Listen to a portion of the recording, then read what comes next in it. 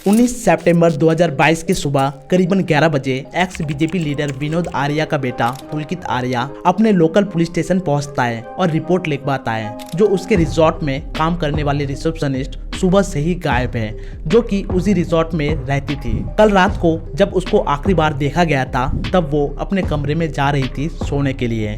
सुबह जब वो टाइम पर काम पर नहीं आती है तो उसको कॉल लगाया जाता है, मगर उसका फ़ोन स्विच ऑफ होता है।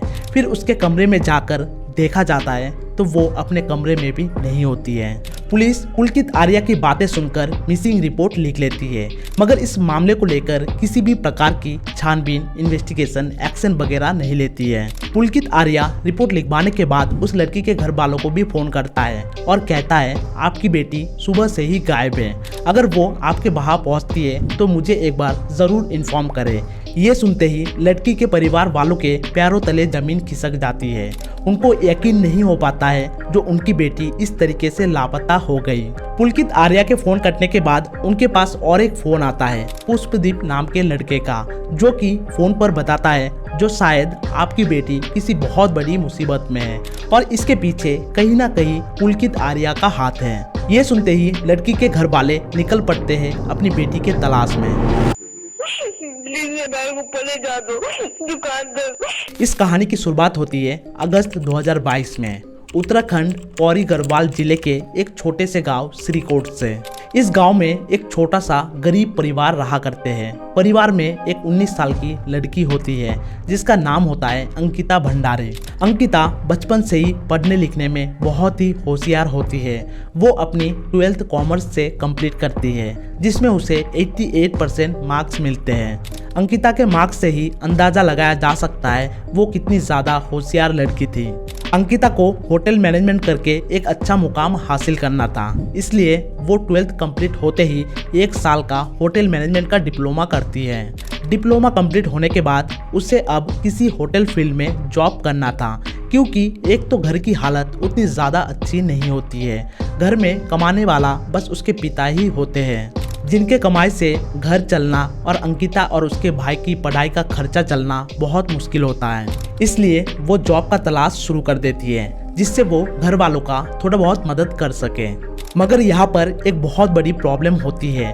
वो जिस गांव में रहती है वहाँ पर दूर दूर तक कोई होटल वगैरह नहीं होता है जहाँ उसे जॉब मिल जाए, और कुछ होटल है भी तो वहाँ पर कोई वैकेंसी खाली नहीं होता है। अंकिता जॉब के बारे में अपने दोस्तों को, रिश्तेदारों को, सबको बताती है जो उसके लिए किसी भी होटल फील्ड में जॉब मिले तो उसको ज़रूर इन्फॉर्म किया जाए।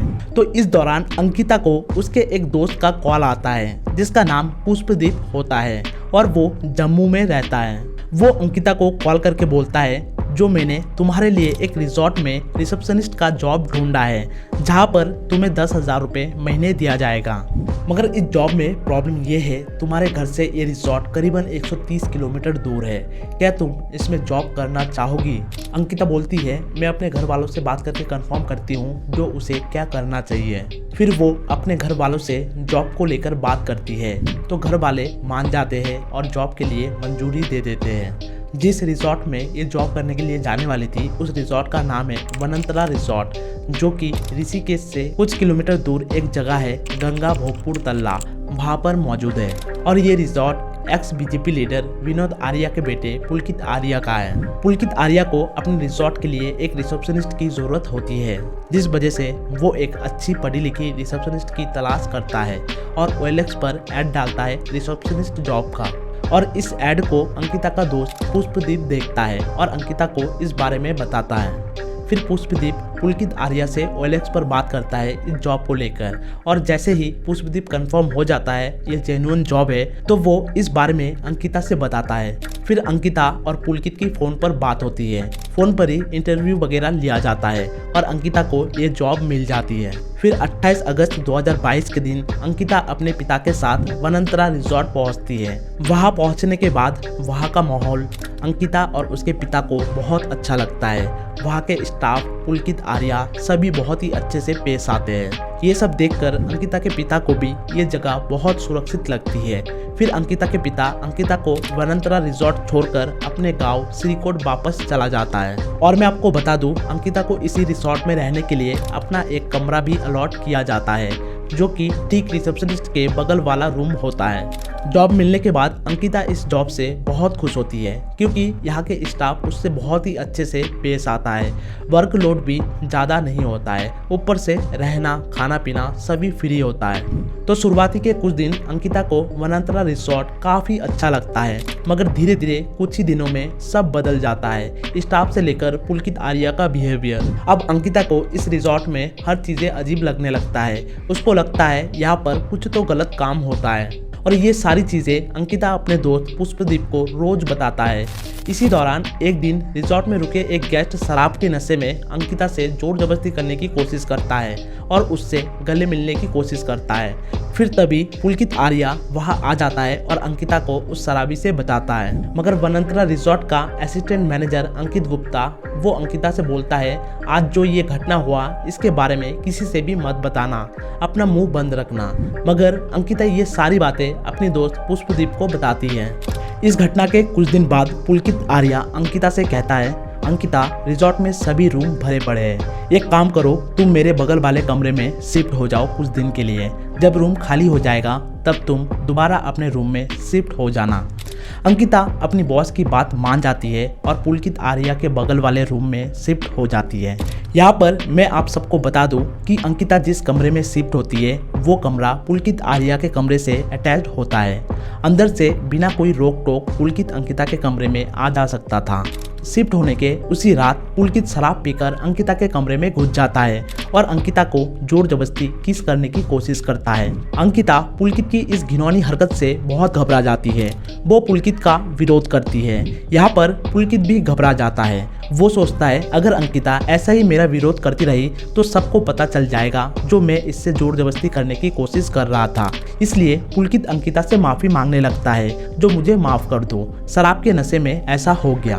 इसके अलावा पुलकित अंकिता को कई बार ड्राइविंग सिखाने के बहाने भी यहाँ वहाँ टच करता था और करीब जाने की कोशिश करता था, मगर अंकिता हर बार विरोध करती थी। इस तरीके से दिन बीतता जाता है। फिर 17 सितंबर 2022 के दिन होटल का असिस्टेंट मैनेजर अंकिता के पास आता है और अंकिता को साइड में ले जाता है और बोलता है 19 सितंबर को यानी मंडे को हमारे रिसोर्ट में एक वीआईपी गेस्ट आने वाले हैं, हमें उनकी अच्छे से खातिरदारी करनी होगी। अंकिता बोलती है ठीक है, मगर तभी अंकित गुप्ता बोलता है उस वीआईपी गेस्ट को तुम्हें एक्स्ट्रा सर्विस देनी होगी, जिसके बदले तुम्हें 10,000 रुपए एक्स्ट्रा दिए जाएंगे। ये सुनते ही अंकिता गुस्से से लाल हो जाती है और अंकित को खरी खोटी सुनाने लगती है। अंकिता बोलती है मैं गरीब जरूर हूँ, मगर मैं तुम्हारे रिसोर्ट के लिए खुद को 10,000 रुपए में नहीं बेचूंगी। अगली बार ऐसे घटिया ऑफर भूल कर भी मत लाना। अंकिता को गुस्से में देखकर अंकित गुप्ता घबरा जाता है और अपनी बात पलटते हुए कहता है मैं तुम्हारी बात नहीं कर रहा हूँ, मैं किसी और लड़की की बात कर रहा हूँ, अगर तुम्हारे नज़रों में कोई ऐसा है तो बताओ। इतना बोलते ही अंकित गुप्ता वहाँ से चला जाता है। फिर अंकिता रात को ये सारी बातें अपने दोस्त पुष्पदीप को बताता है। वो बोलती है अगर ये लोग दोबारा ऐसा कोई ऑफर मेरे सामने लाते हैं तो मैं इस जॉब को छोड़ दूंगी। ये बहुत ही गंदा रिजॉर्ट है, यहाँ पर बहुत गलत काम होते हैं। फिर अगले दिन यानी 18 सितंबर 2022 के दिन करीबन शाम के 4 बजे अंकिता का किसी बात पर पुलकित आर्या से लड़ाई हो जाती है, जिसके वजह से अंकिता बहुत रोती है। अंकिता को रोते हुए वहाँ के सभी स्टाफ भी देखते हैं। अंकिता फोन पर मदद के लिए गुहार लगाते हुए भी सुनाई देती है। हेलो मैम, मैम करण बोल रहा हूँ, क्या हो गया? प्लीज मेरा बैग ऊपर ले जा दो दुकान तक। चल चलो गाड़ी घुमा, चल नीचे चल, नीचे चल, नीचे चल। आ रहे हैं मैम, हम आ रहे हैं, 2 मिनट बस। पुलिस के पूछताछ के दौरान इस रिसोर्ट का स्टाफों का कहना था अंकिता मैम जब रो रही थी उस समय अंकित गुप्ता उनके सामने हाथ उठाकर नाच रहे थे। उसी दिन शाम के 6 बजे पुष्पदीप अंकिता को कॉल करता है तो अंकिता कहती है असिस्टेंट मैनेजर अंकित गुप्ता ने उसका मुंह दबाया और हाथ को भी मरोड़ दिया। अंकिता ने पुष्पदीप को बताया रिसोर्ट का मालिक पुलकित आर्या ने मेरे सामने पुलिस को कॉल किया था और मेरे बारे में उल्टे सीधे बातें कर रहा था। वो पुलिस से कह रहा था हमारे रिसोर्ट में एक अश्लील लड़की है, उसे यहाँ से पकड़ के ले जाओ। अंकिता की ये बात सुनकर पुष्पदीप घबरा जाता है।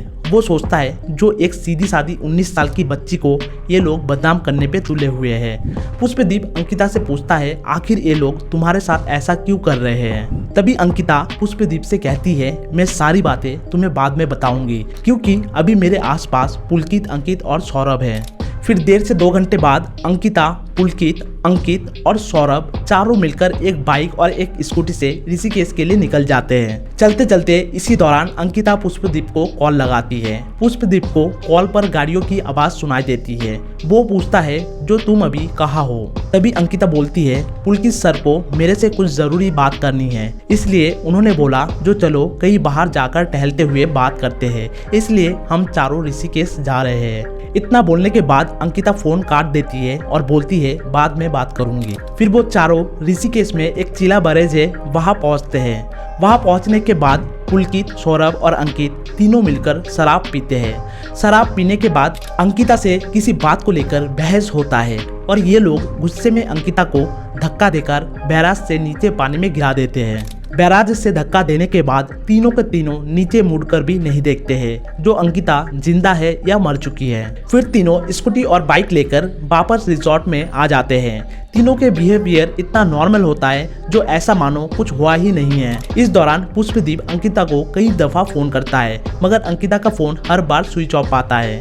जब वो परेशान हो जाता है फोन कर करके, फिर वो पुलकित को फोन करता है, मगर उसका फोन भी स्विच ऑफ होता है। फिर पुष्पदीप को ऐसा महसूस होता है जो माजरा कुछ तो गड़बड़ है। फिर वो उस रिजॉर्ट के किसी स्टाफ को फोन लगाता है और पूछता है जो अंकिता मैम कहाँ है। तो वो बोलता है अंकिता मैम, पुलकित सर, सौरभ और अंकित कहीं बाहर घूमने गए थे, फिर वो सभी वापस आ गए। अंकिता मैम अपने रूम में होगी क्योंकि अंकित सर उनके लिए खाना भी ले गए थे, शायद खाना खाकर सो गई होगी। ये सुनते ही पुष्पदीप को थोड़ा राहत मिलता है, मगर फिर भी उसके मन में एक बेचैनी रहती है।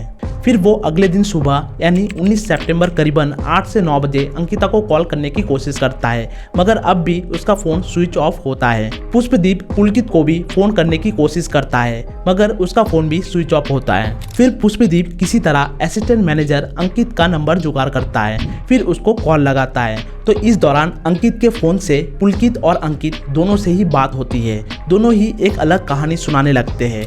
वो बोलते हैं कल जब हम रात को ऋषिकेश से घूमकर आते हैं तब तक तो सब कुछ ठीक ही था, मैंने अंकिता को खाना भी दिया, मगर सुबह जब अंकिता काम पर नहीं आई तो उसको फोन लगाया गया, मगर उसका फोन स्विच ऑफ था।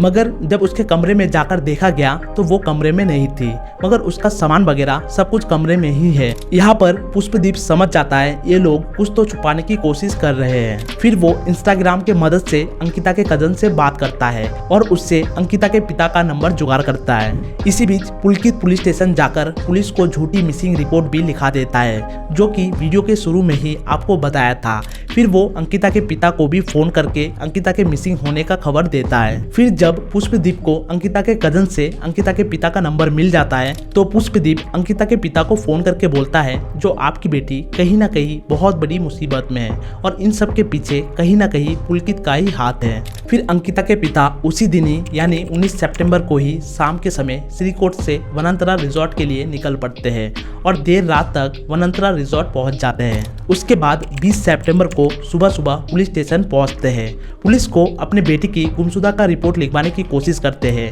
मगर पुलिस इनकी एक बात नहीं सुनती है और घुमाती रहती है। घंटों से पुलिस स्टेशन के चक्कर लगाने के बाद भी इनकी रिपोर्ट नहीं लिखी जाती है। उसी दौरान पुलकित और उसके पिता विनोद आर्या भी उस पुलिस स्टेशन पहुंचते हैं, मगर पुलिस द्वारा इनकी बहुत ही अच्छे से मेहमान नवाजी किया जाता है। इनको बैठा के स्पेशल चाय वगैरह पिलाई जाती है।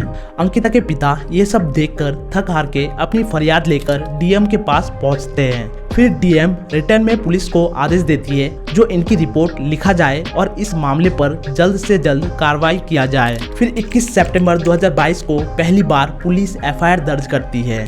दूसरी तरफ अंकिता का दोस्त पुष्पदीप भी जम्मू से वनांतरा रिजॉर्ट पहुंच जाता है। पुष्पदीप वहां पहुंचकर अंकिता के परिवार वालों को अंकिता के चैट्स, कॉल रिकॉर्डिंग वगैरह सब कुछ सुनाता है। फिर पुलिस को भी सभी चैट्स, कॉल रिकॉर्डिंग वगैरह सुनाया और दिखाया जाता है। जब पुलकित, सौरभ और अंकित समझ जाते हैं उनकी चोरी पकड़ी जा चुकी है तो वो तीनों फरार हो जाते हैं। 21 तारीख को पुलिस एफआईआर दर्ज करने के बाद से ही इन तीनों आरोपी को खोजना शुरू कर देती है और 23 सितंबर तीनों को गिरफ्तार कर लिया जाता है। तीनों ही पुलिस को बताते हैं जो उस रात अंकिता के साथ आपसी विवाद के वजह से उसको बैराज से चीला नहर में धक्का दे दिया जाता है और डूबने से उसकी मौत हो जाती है।